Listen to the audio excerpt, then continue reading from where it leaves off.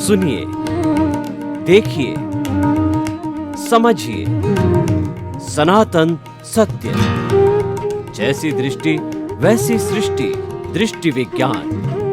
कुदरत, कुदरती रचना एवं कुदरत के कानून से शाश्वत सुख की प्राप्ति। जोधपुर के परम पूज्य महात्मा उपासक प्रोफेसर डॉक्टर सोहन राज तातेड़ के निर्देशन में सनातन सत्य।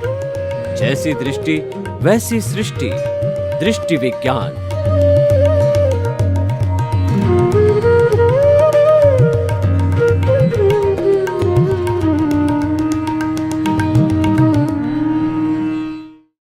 भाई और बहनों, मातृशक्ति को नमन। स्टूडियो में आपका हार्दिक स्वागत है, अभिनंदन सत्कार है। हम आपको आत्मविज्ञान साइंस ऑफ द सोल के अंतर्गत सही दृष्टि, सही सोच, राइट विजन, राइट थिंकिंग के तहत आपको ऐसे अच्छे अच्छे सूत्र देते हैं जिससे आपके जीवन का निर्माण होता है, आपके जीवन को सही दिशा मिलती है और आप एक अच्छे इंसान बनते हैं। कि हमारा उद्देश्य ये है कि अच्छे इंसानों का निर्माण करना। जब विश्व में अच्छे इंसान होंगे तो वसुधैव कुटुंबकम स्थापित होगा और विश्व शांति होगी और विश्व ये जीने के लायक स्वर्ग बनेगा। और जब बुरे इंसान ज्यादा हो जाएंगे तो यह नारकीय जीवन हो जाएगा, जो हम नहीं चाहते हैं। हम चाहते हैं कि स्वर्ग का जीवन हम जिए। तो ये सारा कार्य हम अलग अलग जो है एपिसोड्स के माध्यम से करते हैं। व्यवहार जगत के एपिसोड होते हैं और निश्चय जगत के एपिसोड होते हैं। तो आज का हमारा बहुत सुंदर विषय इससे जुड़ा हुआ है कि गुरुकुल शिक्षा एवं वर्तमान शिक्षा। भाई और बहन, बहुत ही सुंदर विषय है। शिक्षा, शिक्षा मनुष्य को मानव बनाती है। अगर शिक्षा ना हो तो व्यक्ति पशुवत हो जावे। एक सिंह का बच्चा जो है भेड़ियों के साथ के अंदर बचपन से ही रहा और वो कई वर्षों तक वैसा रहा, तो भेड़िए की तरह आचरण करने लग गया। डरा डरा सा रहता, सिंह की उसमें कोई एक्टिविटी नहीं रहती। और एक दिन जब उसने तालाब में पानी पीते पीते अपने स्वरूप को देखा, अपनी परछाई को देखा, तो शेर की परछाई उसको लगी और उसको महसूस हुआ कि मैं तो भेड़िया नहीं हूं, मैं तो शेर हूं।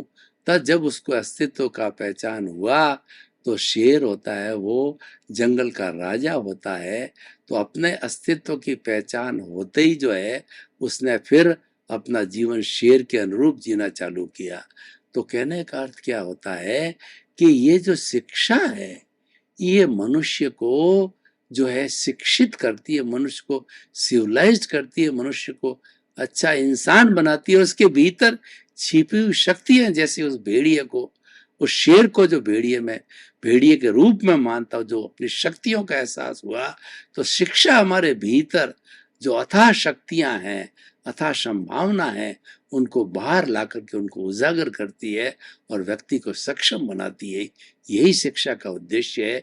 शिक्षा प्राप्त करने के बाद में व्यक्ति अपने अहंकार को शून्य करे, विनयशील बने, वो डिसिप्लिन रूप से हो और परोपकार करे, लोगों का भला करे। इसके लिए शिक्षा होनी चाहिए। लोगों का अनिष्ट करे वो शिक्षा नहीं है, वो अशिक्षा है, वो पशुता का जीवन है।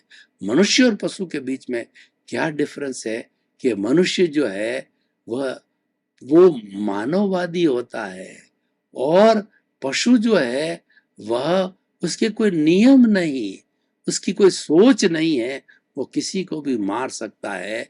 उसके मन में चिंता नहीं है, उसके मन के अंदर ये चिंतन नहीं है कि किसको बेटी देनी है, किसको नहीं देनी। वो तो जैसे आए स्वतंत्र कर देता, उसका स्वतंत्र चिंतन नहीं है। तो शिक्षा है मनुष्य को एक ढांचे में डालती है ताकि कि वो एक अच्छा इंसान बने, मानवता पैदा करती है। अब देखिए, शिक्षा की दो प्रणालियों की बात मुझे करनी है। एक तो गुरुकुल शिक्षा। पुराने जमाने में 4 आश्रम होते थे। कौन से आश्रम होते थे? ब्रह्मचर्य आश्रम, जो कि 25 वर्ष की उम्र तक होता था। दूसरा गृहस्थ आश्रम होता था, जो कि 50 वर्ष की उम्र तक होता था। तीसरा वानप्रस्थ आश्रम होता था, 75 वर्ष की उम्र तक होता था। और चौथा संन्यास आश्रम था, जो 100 वर्ष की उम्र, शवेत जीवनम मतलब शरद जीवनम, 100 वर्ष लोगों का जीवन क्रम था। तो ये आश्रम व्यवस्था थी, और उसके बाद में वर्ण व्यवस्था भी थी। वर्ण व्यवस्था के अंदर 4 वर्ण थे। पहला ब्राह्मण, ब्राह्मण शिक्षा लेते थे, लोगों में शिक्षा बांटते थे, पढ़ाते थे, सारा शिक्षा का ज्ञान का काम ब्राह्मण करते थे। क्षत्रिय थे, जो कि वो जो है भालू, और जो है भाले, और उसके बाद के अंदर ये तलवार और जितने लड़ाई के साधन है वो शिक्षा लेते थे लड़ाई की, और अपनी जो लड़ाई झगड़ा जितना भी होता था उसको बुझाते थे, और जितनी हमारी शरतें होती थी उन शरतों को प्रोटेक्ट करते थे, और जो है वो आंतरिक रूप से जो है सुरक्षा का काम क्षत्रिय किया करते थे। सारी सुरक्षा जो है वो क्षत्रिय जाति के लोग करते थे। और तीसरा होता था वैश्य, जो हमारा जीवन चलता था, जैसे वस्तुओं का आदान प्रदान है, एक वस्तु को बेच के दूसरी वस्तु ले ली, चीजों को बेचना, ये सारा वैश्य लोग किया करते थे। और सेवा का काम जो है हमारी परिवार व्यवस्था के अंदर, हमारी वर्ण व्यवस्था के अंदर, हमारी आश्रम व्यवस्था के अंदर सारी सेवा काम शूद्र किया करते थे। तो वो सफाई का है वगैरह है, ये सब काम है, और ये हर एक का काम अपना अपना आवंटित था और उसके अनुरूप काम करते थे। गुरुकुल प्रणाली में क्या करता था, गुरु हुआ करते थे। गुरु के आश्रम जो है नदी के किनारे होते थे, प्राकृतिक वातावरण के बीच में होते थे, वो कुटिया में रहते थे, उनका जीवन सहज था, बिल्कुल प्रकृति के करीब था, प्रकृति के ही कंद मूल वगैरह खाते थे, शुद्ध हवा थी, और उसके बाद में सब प्रकृति के जीवों को निहारते थे। मोर नाच रहे हैं, पपैये बोल रहे हैं, और नदी कल कल कर, झरना कल कल बह रहा है, उसके किनारे पर उनका फूल खिले हुए हैं, और उस किनारे पे वो बैठते थे। और चारों वर्ण के लोग जैसी जैसी शिक्षा होती थी उस शिक्षा के अनुरूप जो है गुरु उनको जो है शिक्षा देते थे। वो ब्राह्मण को ब्राह्मण की शिक्षा, क्षत्रिय को क्षत्रिय की शिक्षा, वैश्य को वैश्य की शिक्षा, शूद्र को शूद्र की शिक्षा देते थे। और उस शिक्षा का नाम था गुरुकुल प्रणाली शिक्षा। उस शिक्षा की सबसे बड़ी क्या व्यवस्था थी, उसके हाथ में ये था इसको अच्छा इंसान बनाना, इसके अंदर विनय के गुण भरना, इसके अंदर अनुशासन के गुण भरना, ताकि 25 वर्ष का हो जावे और गृहस्थ में प्रवेश करे तो एक अच्छे इंसान के रूप में प्रवेश करे, जिसके अंदर अहंकार ना हो, और जिसके अंदर कोई बुराई ना हो, और जिसके अंदर विनय की भावना हो, सरलता की भावना हो, नम्रता की भावना हो, सहनशीलता, त्याग की भावना हो, यानी जितने मानवीय गुणों का आरोपण करते थे। हमारे जितने भी सांस्कृतिक मूल्य है, मानवीय मूल्य है, उन सब मूल्यों का बीजारोपण जो है गुरुकुल प्रणाली में होता था। मात्र शिक्षा ही नहीं बल्कि उसका भावनात्मक विकास कर दिया जाता, तो उसको इमोशनल क्वोशंट है, क्रोध मान माया लोभ, उसका उपशम किया जाता था। ये बुराई है, इस बुराई को दबा के रखो, और इस बुराई को कैसे दबाना उसके अनुसार ही शिक्षा दी जाती थी। हर शिक्षा के साथ ये बताया जाता था क्रोध नहीं करना चाहिए, अहंकार नहीं करना चाहिए, किसी के साथ छल कपट नहीं करनी चाहिए, और आवश्यकता से अधिक संग्रह करके लोभ की वृत्ति को नहीं बढ़ाना चाहिए। यानी उसका भावनात्मक विकास किया जाता विद्यार्थी का था। तब जब वो गृहस्थ में प्रवेश होता था तब एक बहुत ही सुशिक्षित और जो है कषाय उपशमन वाला व्यक्ति होता था, और तो ताकि उसका जीवन इतना सुंदर होता था कि किसी तरह की गृहस्थ जीवन में विकृति नहीं आती थी। वो अपने माता पिता की सेवा करते थे और अपनी पत्नी के साथ अच्छा व्यवहार करते थे, बच्चों का अच्छा पालन पोषण करते थे, और समाज में जितना कार्य करते थे वो निरंकारी होकर के सेवा भावना से और सहनशीलता के गुणों से, सम्मान प्रेम वात्सल्य के गुणों से वो अच्छा इस तरीके से कुल मिलाकर के बहुत अच्छा समाज चलता था। अब मैं वर्तमान शिक्षा की बात करूं, वर्तमान शिक्षा में एक दूषण आया, एक विकृति आई, एक जो भावनात्मक विकास है उसकी तरफ, जो मुख्य विकास है उसकी तरफ कोई ध्यान नहीं दिया। और अभी क्या हुआ कि विज्ञान आ गया, और विज्ञान के अंदर इतनी विद्याएं आ गई। पहले लिमिटेड विद्याएं थी, लेकिन अब वो उसका दायरा बढ़ गया जब विज्ञान का, तो एक विद्या की सैकड़ों सैकड़ों तक विद्या आ गई, स्पेशलाइजेशन हो गया। और साथ में वो तथ्य जो है गूगल के माध्यम से, विज्ञान के माध्यम से मिलने लगे। पहले तो क्या है, गुरु के मुखार विंद से विज्ञान इतनी तरक्की नहीं थी। गुरु के मुखार विंद से जो निकलता था और उसको सुन करके पढ़ करके ही विद्यार्थी हृदयंगम करता था, और उसके साथ भावना जुड़ी हुई थी, भाव शुद्ध रखता था। भाव शुद्धि अब गौण हो गई और मात्र तोता रटंत हो गई। और जब क्योंकि ज्ञान अधिक मिलने लगा तो व्यक्ति अहंकारी हो। गुरुकुल शिक्षा प्रणाली में और वर्तमान की शिक्षा प्रणाली में सबसे बड़ा अंतर क्या हो गया कि विद्यार्थी अहंकारी हो गया, और गुरु शिष्य का जो संबंध था वो खंडित हो गया।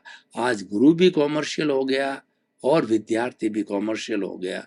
उनके बीच में गुरु शिष्य जैसी नम्रता वात्सल्य बिल्कुल नहीं रहा। तो हर एक जो है मनी माइंडेड हो गया। जो टीचर है वो भी समझता है मुझे ज्यादा से ज्यादा वेतन मिले, उसके लिए हड़ताल करता है। और स्टूडेंट भी क्लास अटेंड नहीं करना चाहता, इधर उधर ऐश मौज मजा मस्ती करना चाहता है। तो गुरु भी नहीं रोकता है और कि वो स्टूडेंट पर ज्यादा ध्यान नहीं देता। तो क्योंकि उसको रोका जाता है तो एजिटेशन करते हैं, हड़तालें करते हैं और गुरु की निंदा करते हैं। तो गुरु भी उनकी तरफ ध्यान, इस तरीके से जो सारी शिक्षा फिर डिग्री होगी, ग्रेजुएशन की, पोस्ट ग्रेजुएशन की, डॉक्टरी, वो मात्र डिग्री होगी। हमने विद्वान तो बहुत पैदा किए, पर वो विद्वान कैसे? अहंकारी विद्वान। और पहले एक भी अहंकारी विद्वान पैदा नहीं होता, सारे पंडित पैदा होते थे। पंडित कौन होता है? जिसमें भावनात्मक विकास होता है, जिसका क्रोध मान माया लोभ शांत होता है, कषाय शांत होते हैं, राग द्वेष शांत होता है, वह पंडित कहलाता है। और जिसके राग द्वेष उग्र होते हैं वो विद्वान होता है, तो उसका दुरुपयोग करता है। वो समझता है कि मेरे जैसा तो कोई विद्वान है ही नहीं, वो तो किसी की बात भी नहीं सुनना चाहता, अपनी बात कोई तवज्जा करता है, और कोई अच्छी बात बताता है उसकी तरफ ध्यान भी नहीं देता, क्योंकि उसके भीतर अहंकार है। मैं तो बहुत ज्यादा जानता हूँ। आजकल इतना अहंकार बढ़ गया कि एक दादा अपने पोते को कहता है कि इस तरीके से जीवन जीना चाहिए, बड़ों को प्रणाम करो, ईश्वर की भक्ति करो, और भगवान के जो भी अपने अपने मंत्र है, जिस जो है आप जैसे ओम नमो भगवते वासुदेवाय का स्मरण करो, चांटिंग करो, ओम नमः शिवाय की चांटिंग करो, नवकार मंत्र नमो निंताणम, नमो सिद्धाणं, नमो आर्याणं, नमो ज्ञाणं, नमो लोय सब सावणत, ऐसो पंच नमुकारो सब पाप नाशनो, मंगलाणं च सब्बे सिंह पड़मंग हवई मंगलम। इस मंत्र की चांटिंग करो, गुरु को प्रणाम करो और अपने भगवान को प्रणाम करो। उसके बाद नाश्ता करना, सबसे पहले प्रभु भक्ति करनी, उसके बाद नाश्ता करना। जो बात बताई जाती है वह सुनने को ही तैयार नहीं है। ऐसी स्थिति बन गई है कि आज कोई भी बुजुर्ग व्यक्ति है और कोई भी वरिष्ठ नागरिक है, घर में कुछ कहे तो उसकी प्रतिक्रिया होती है।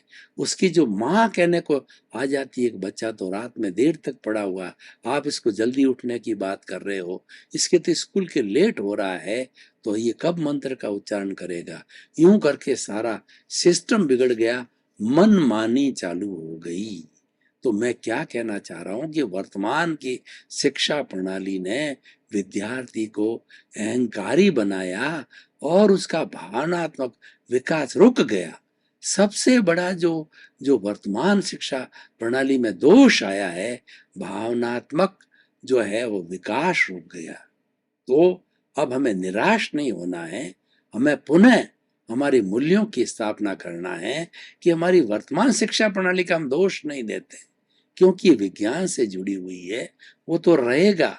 वो हमारे हाथ में आमूलचूल परिवर्तन करना हमारे हाथ में नहीं है, परंतु हम तो गुरुकुल शिक्षा प्रणाली को इसके साथ इन्वॉल्व करना चाहते हैं कि वर्तमान की शिक्षा प्रणाली में गुरुकुल के अच्छे अच्छे सूत्र थे, उन सूत्रों को याद करो। सबसे बड़ा सूत्र ये है कि गुरु बिना ज्ञान नहीं।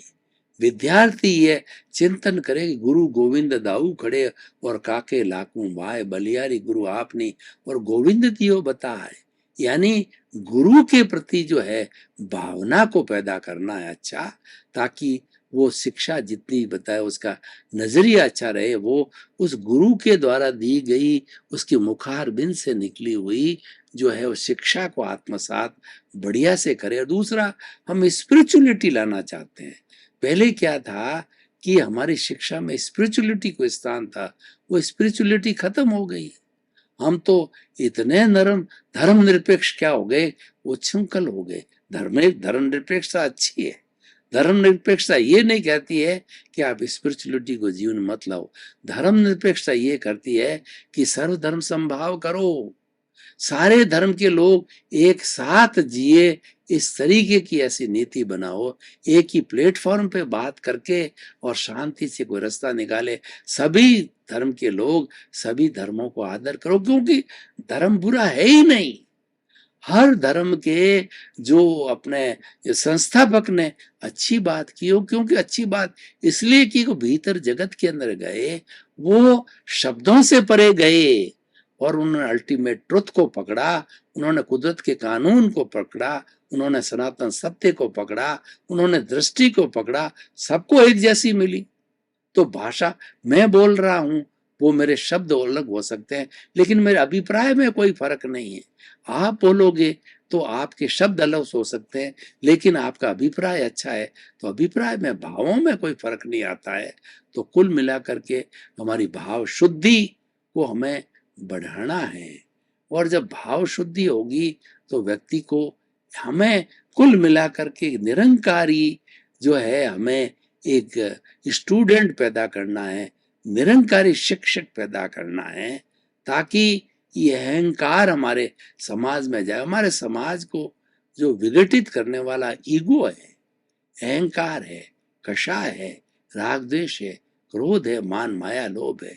तो मैं ये कहना चाहता हूँ, वर्तमान शिक्षा प्रणाली के अंदर गुरुकुल शिक्षा प्रणाली को जोड़ करके निरंकार को स्थान दिया जाए, ताकि जो व्यक्ति उससे विद्वान बन के आएगा वो दूसरों की बात को भी सम्मान करे।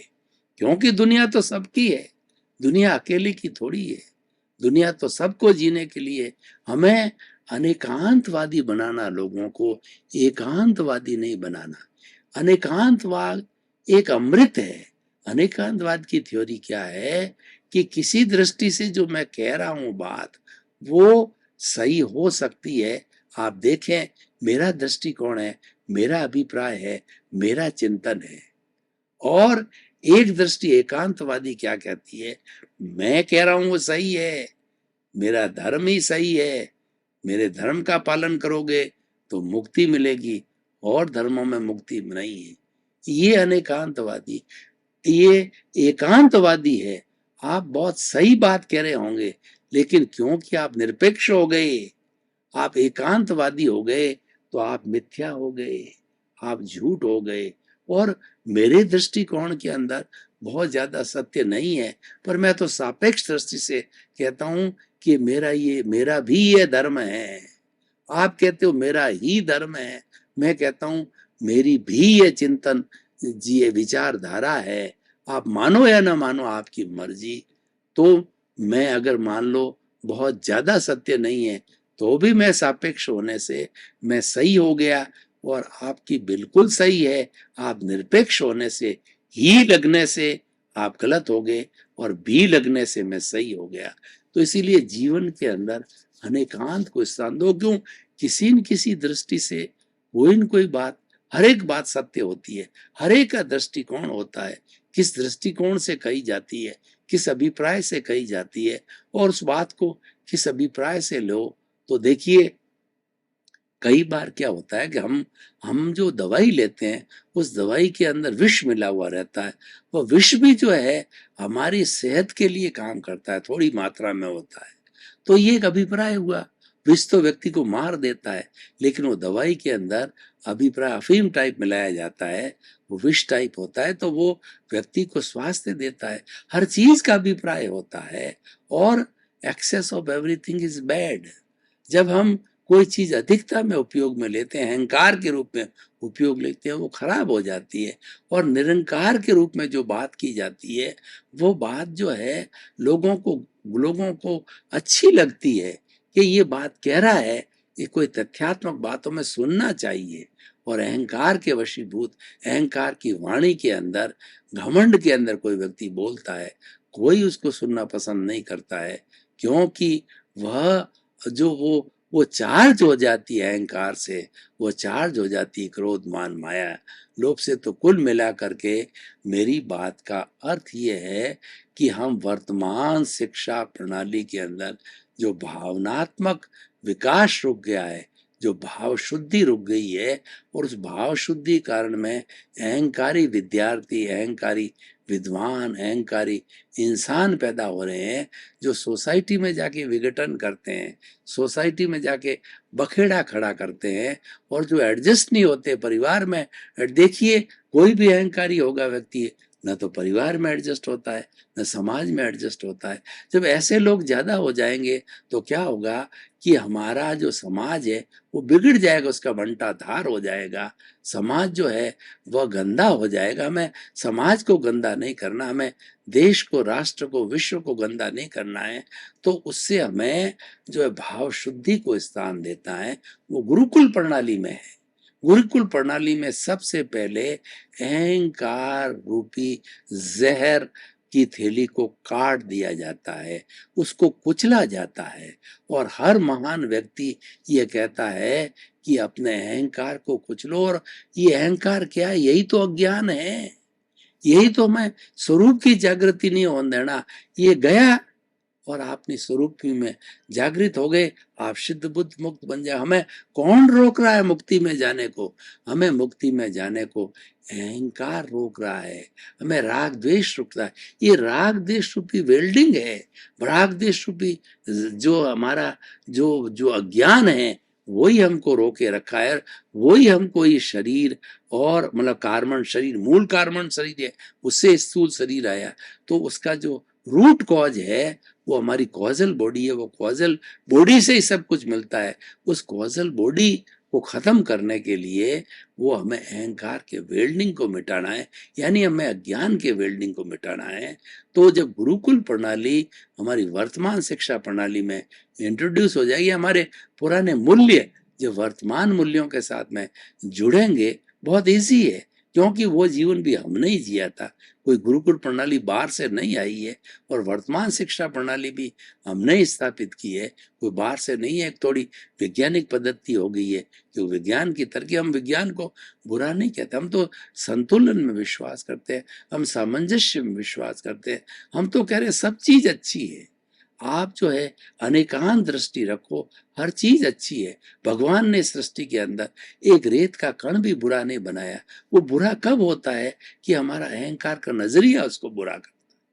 हमारे जो ये दो चश्मे हैं, एक राग का चश्मा और एक द्वेष का चश्मा, इन चश्मे को लगा के हम देखते हैं तो सामने वाला व्यक्ति या तो प्रिय लगता है या अप्रिय लगता है, या तो लाइक होता है या डिसलाइक होता है, या अनुकूल होता है या प्रतिकूल होता है।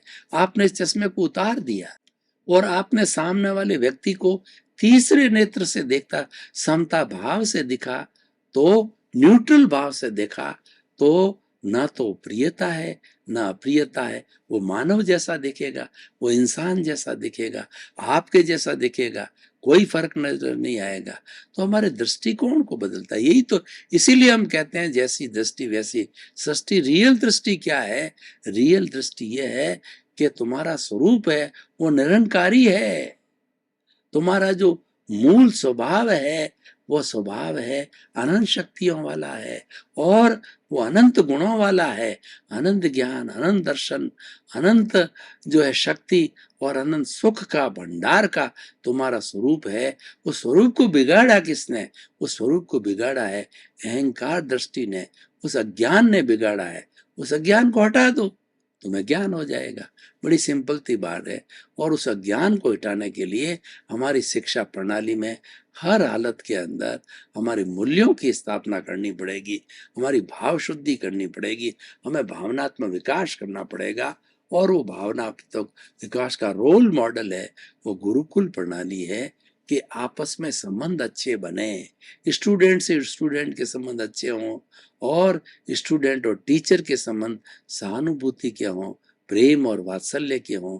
यानी कुल मिलाकर के ये प्रेम, वात्सल्य, करुणा, मैत्री, ये जो हमारे मानवीय मूल्य है उनकी स्थापना करनी पड़ेगी। उनकी स्थापना करने से जो हमारे अवमूल्य है उनको स्थान नहीं मिलेगा। क्रोध, अहंकार, माया, लोभ, ईर्ष्या, मत्सर, 18 तरह के दोष, उनको स्थान नहीं मिलेगा। और ये हम चाहते हैं, हम और कुछ भी नहीं चाहते हैं। हम तो अपनी दृष्टि को बदलना चाहते हैं कि अच्छे मूल्यों को हमारी शिक्षा प्रणाली के अंदर डालो। शिक्षा प्रणाली अच्छी है, बहुत अच्छा पढ़ाया जा रहा है, लेकिन सवाल ये है कि जो शिक्षा दी जा रही है और शिक्षा लेने वाला है वो किस भावों से ले रहा है, उन भावों को ठीक करना है, भाव शुद्धि करनी है। भाव सुधारोगे तो भाव सुधरेगा, भाव बिगाड़ोगे तो भाव बिगड़ेगा। हम भवांतर के अंदर क्यों घूमते हैं? इस भावों के कारण ही गुजरते हैं। अगर हम शुभ भाव करते हैं तो हमारा अच्छा फल मिलता है, यानी अच्छा जन्म मिलता है। अशुभ भाव करते हैं, अशुभ जन्म, नारकी का जीवन मिलता है, तिर्यंच का मिलता है। और शुभ भाव करते हैं तो मनुष्य की गति मिलती है और देवता की गति है। सब कुछ खेल भावों का ही है। व्यक्ति भावों के द्वारा ही मुक्त हो सकता है।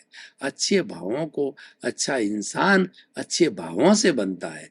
भाव के लिए कहा गया है, जैसा भाव वैसा विचार, जैसा विचार वैसा आचार, जैसा आचार वैसा व्यक्तित्व। तो व्यक्तित्व को अच्छा बनाने के लिए हमें भाव शुद्धि, हमारे भीतर के चिंतन को अच्छा करना पड़ेगा। वहीं से ही हमारा सारा व्यक्तित्व बनता है। तो उस पर नियंत्रण करेगा कि भीतर से ही आप अशुभ मत सोचो, अशुद्ध मत छोड़ो, शुद्ध सोचो।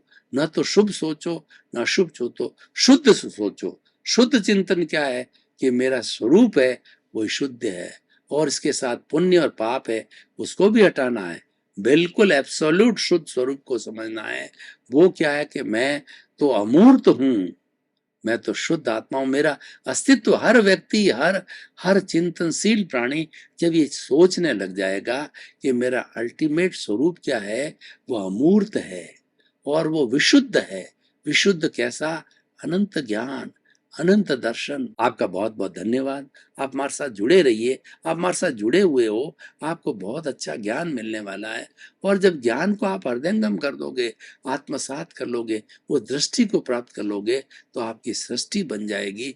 और जो अच्छी दृष्टि के साथ जीता है उसकी सृष्टि अच्छी बनती है, क्योंकि हमारा उद्देश्य है सुधरे व्यक्ति, समाज व्यक्ति से राष्ट्र स्वयं सुधरेगा। तो इसी क्रम में आपका जीवन आनंदमय हो, मंगलमय हो, सुखमय हो। आपके प्रति बहुत बहुत मंगल।